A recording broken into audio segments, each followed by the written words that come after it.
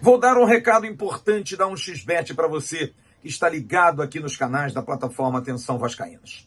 Primeiro comentário fixado tem um link. Através dele, você faz um cadastro, mas só se você tiver 18 anos. É a primeira dica.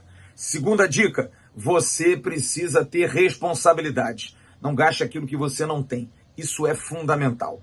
E um terceiro aspecto, para a sua segurança. A 1xBet está regulamentada pelo governo brasileiro, podendo atuar aqui no Brasil. Portanto, use o link, use a palavra Vascaínos, acompanhe os jogos e também as odds e se divirta demais.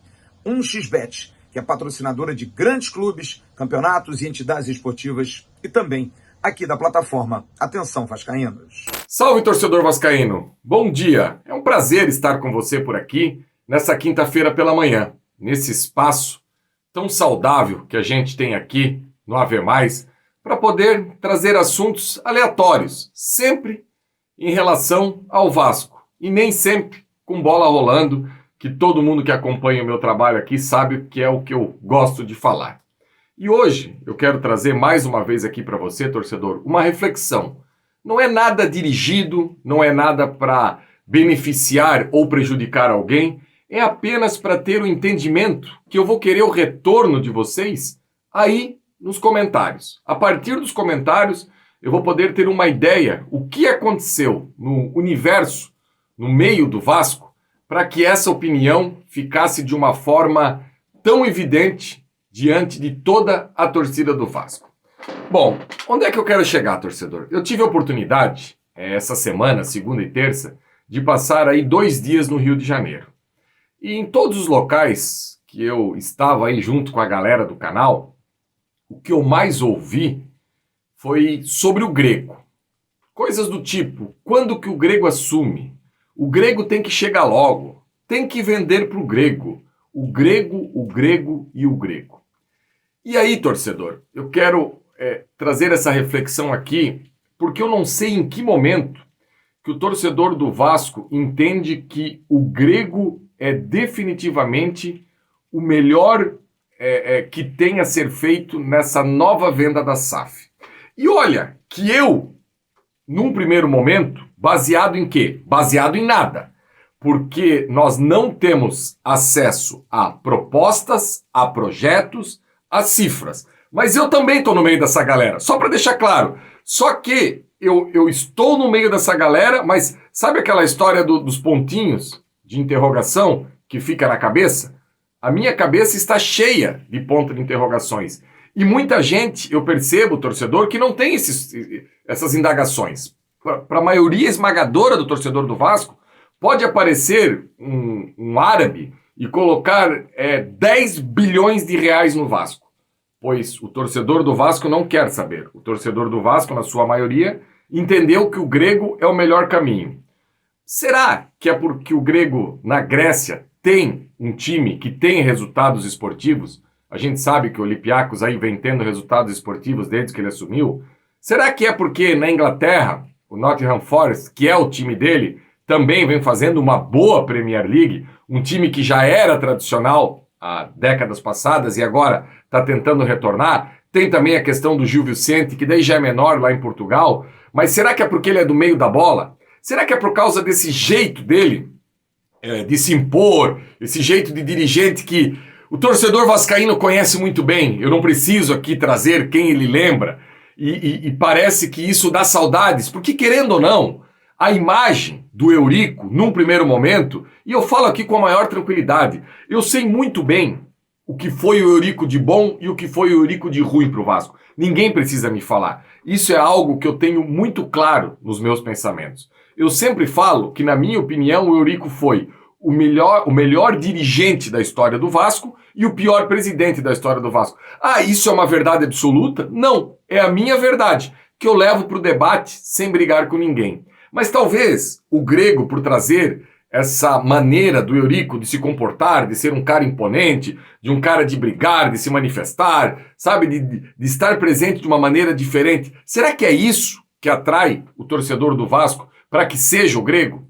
E num determinado momento, as informações, aliás, nós aqui do Atenção Vascaínos, só para deixar claro, não tomamos partido até agora por nenhum, até porque a gente não conhece a proposta, nem tem como tomar partido sem conhecer a proposta. Não temos informações de quantas, porque nos últimos dias apareceram até chineses, russos, americanos, italianos e o grego. Só que, num determinado momento, ficou ali entre o grego e o italiano. E para o torcedor vascaíno, o italiano era um picareta. Estava muito claro isso. Isso eu falo baseado naquilo que eu ouço e vejo. Eu não estou tirando da minha cabeça. O italiano era um cara que não ia dar certo, porque, sabe, eu só queria ter um entendimento o porquê que o grego é tão bom e porquê que o italiano é picareta. Volto a afirmar aqui, torcedor, eu estou com vocês. Eu também sou um cara que eu quero alguém que chegue no Vasco se impondo. Eu até brinco que o Jean Torcedor quer um investidor que venha e contrate aí vários craques, que o Vasco consiga ter uma era aí de 4, 5 anos ganhando tudo, como foi de 96 a 2000, para que o meu filho, que hoje tem 15 anos, possa viver disso durante 30, 40 anos contando essas histórias, porque é o que o pai dele faz. Então, isso para o Jean torcedor já me bastava. Mas para o Jean analista, para o Jean que tem como objetivo trazer para o torcedor do Vasco um planejamento, algo sólido, não é bem assim. A gente sabe que o Vasco precisa de um projeto esportivo. E agora é o Jean jornalista que está falando aqui. Porque esse famoso voo de galinha, de você conseguir algo bom no futebol e daqui a pouco você desaparecer do cenário, se a gente parar para pensar, o Vasco, em inúmeras oportunidades foi assim na sua história. Tirando a década de 80, final da década de 80 e depois a década de 90, o Vasco já ficou algumas vezes com jejum de títulos aí. Então, por exemplo, o Carioca de 70, se eu não me engano, o Vasco estava 12 anos sem conquistar. Algo assim, desculpa se eu errei a data aqui, mas o Vasco chegou a ficar um grande período aqui sem conquistar algo, até Campeonato Carioca ou algo assim. Então, é isso que eu quero trazer aqui para você, torcedor, que hoje, se o torcedor vascaíno ficar pressionando pelo grego, eu acredito que nós, sem querer, e volto a falar aqui, eu já falei 5 vezes, tô chato, né? Porque vai parecer que eu sou contra o grego, e eu não sou. Eu quero alguém que seja bom pro Vasco. Só que se o torcedor do Vasco ficar pressionando pelo grego, a venda vai ficar contaminada e ele vai levar vantagem nessa compra. Eu tenho isso muito claro. E eu sempre gosto de fazer aqui analogias para trazer para o torcedor. Vou dar um exemplo para você. E olha que a venda do Vasco é muito mais forte do que qualquer analogia. Porque você trabalhar com a paixão de algo que tem mais de 20 milhões de torcedores apaixonados e clientes não é fácil.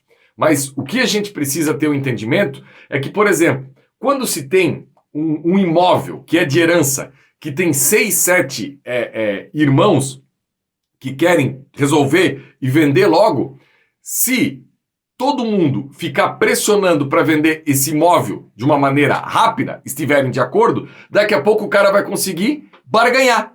Mas se tem ali no meio um irmão que tem uma condição financeira um pouco melhor, que não precisa de qualquer coisa, o que vai acontecer com esse imóvel? Esse imóvel vai valorizar, ele vai precisar desembolsar mais.